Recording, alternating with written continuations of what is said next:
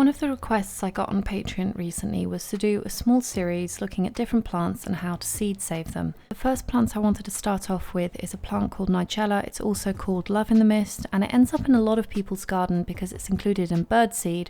That birdseed falls on the floor and you get these beautiful little blue flowers. Now, one thing I do also want to mention is that quail love everything about this plant. They like the seeds, they like it when it's growing. I did have some of these planted in their cage and they decimated them.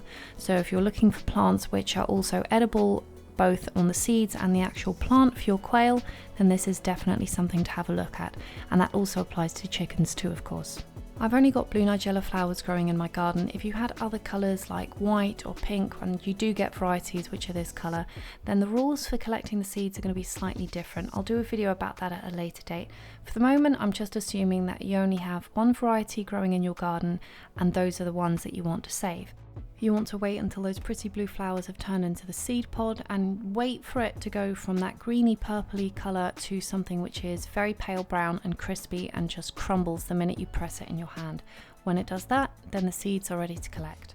If you're trying to save the seeds to grow more Nigella plants next year, you only need 6, maybe 7 pods. Just crush them up in your hands and pick out the seeds. But because I also collect these to try and feed the quail, just to supplement their feed, my aim is to eventually grow all of their feed in my garden, then I'm obviously going to be collecting as many as possible.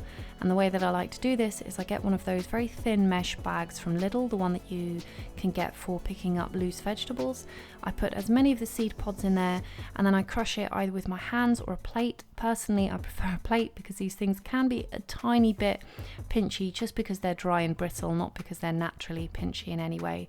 I crush them with the plate, then I pour it into a sieve and I run everything around and around until enough of the seeds fall through. And this can sometimes be a little bit of an experiment point because depending on the sieve you've got, you might find that one with slightly larger holes works better, and it can just take a bit of time moving them from one to another before you figure it out. Now, you could do a winnowing process where you wait until there's a very gentle breeze and then you pour it down and you wait for the wind to separate the chaff from the seeds, but I don't do that because it tends to go everywhere. I prefer to just do the method with the sieve.